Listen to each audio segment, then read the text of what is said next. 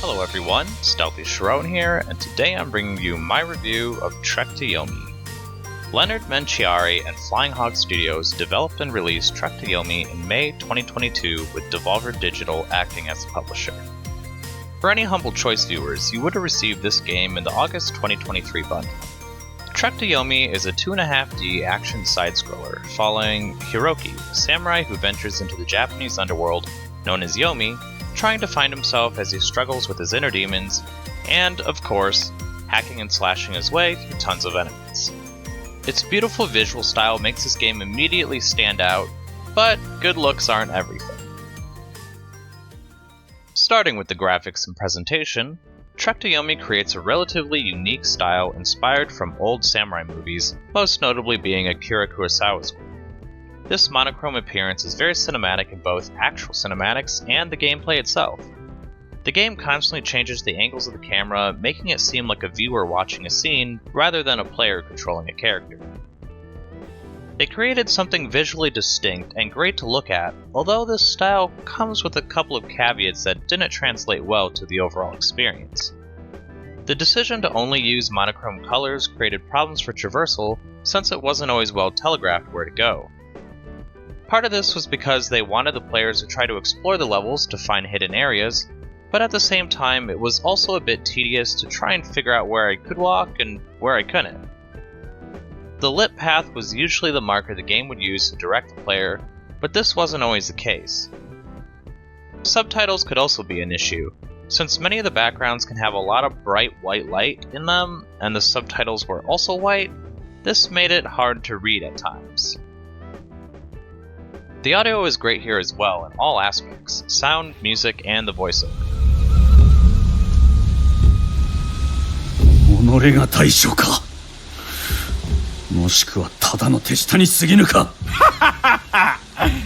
我が君の名のもとに命を殺めることは誉れ高きことお前の次は一家親しき者ども皆殺しだなぜあがくお前はもう何人も救うことはできぬ己をここで討ち取れば案ずることはない読みで皆と会うのだなおめえみてえなことは相手にならねえ逃げるがいい臆病者I liked how sounds felt appropriate to the scene and were muffled if they were coming from a room over. The music was top-notch, featuring many traditional Japanese instruments like the shamisen, biwa, and taiko drums. Finally, the Japanese voiceover really did a lot to keep the experience immersive and reminiscent of old Japanese film. I guess there is an English voice acting option for those who absolutely can't stand reading subtitles or hearing foreign languages, but I can't really comment on the quality of that since I only played through it with the Japanese. The overall themes of Trek To Yomi aren't new or something we haven't seen before. Hiroki, our main character, is a samurai who is a troubled young man after his village was attacked by ruthless bandits. He's torn between being with the woman he loves, honoring his master and upholding his duty to protect the innocent, or throwing all that aside in blind vengeance to kill the person responsible for all of his problems. To do this, he battles his inner demons as well as very real ones during his trek through Yomi, which is the Japanese underworld.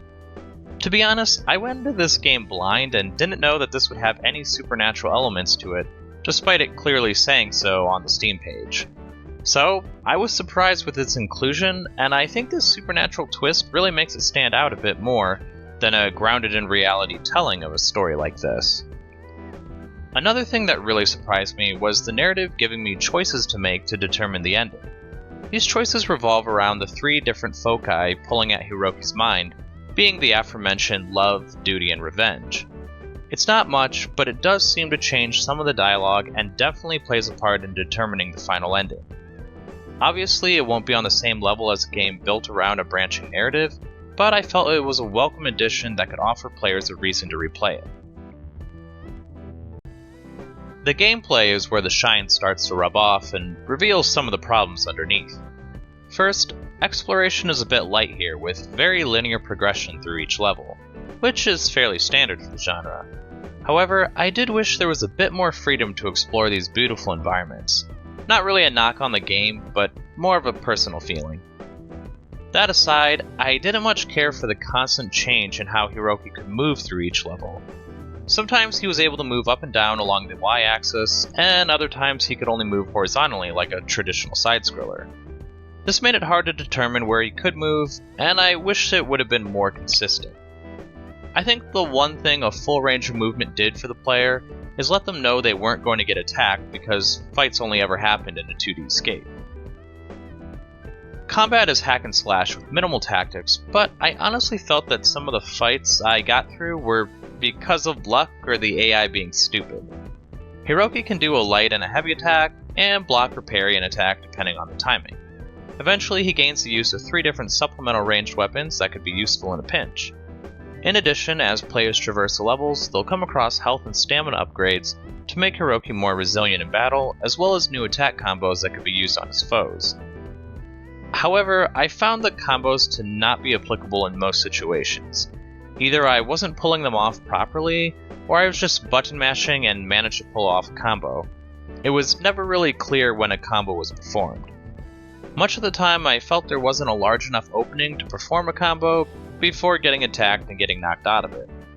I should probably mention before I get too much ahead of myself that I was playing on normal difficulty, or Bushido as it's called in game. As I continued playing, I got better at learning when to parry or using other forms of getting an attack in, like rolling and attacking an enemy, or my favorite, the backwards attack. Learning all these things do help with the player's progression with the game, but many of the fights can really just boil down to sheer luck, especially in some of the boss fights. Did you attack fast enough to get your attacks in? Did they do an attack that left them open to you twice in a row? Did the AI suddenly decide to turn off so that you can get in a bunch of cheap shots? There were more than a few times where I felt I got through fights more because of random chance than actual skill. Admittedly, many of the fights will find you doing the same thing. Since combos didn't seem viable, much of the fighting will be you constantly doing the same button presses. Some enemies might require slightly different tactics, but many of the fights will feel very similar and don't really change that much throughout the entirety of the game. And that brings us to the value of the game. To Yomi runs for $19.99 USD at normal retail price, and I put about 7 hours into my one playthrough on medium difficulty. I'm blown away at the level of visual quality this game has with such a low price point. But I guess everything comes with a catch, and the catch here is an okay at best combat system, and a lackluster one when things don't come together well. I think this one would be a wait for a sale unless you really want to support it because of the visuals alone. Although, people who place a high emphasis on gameplay shouldn't write it off completely.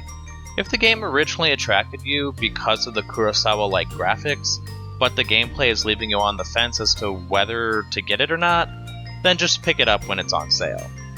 With the short runtime to finish the game, the combat won't become grating, and by doing so you'll be able to experience the story and the cinematic presentation.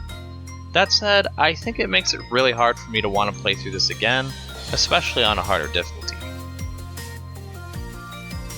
And those are my thoughts on To Yomi. If you played the game, let me know your thoughts in the comments below. And if you haven't, then let me know if this sounds like something you'd be interested in, or if you have any questions. I hope this video helped you in some small way, and if it did, then please consider leaving a like, comment, subscribe, or whatever it is you feel like doing. Thanks for watching, and have a nice day.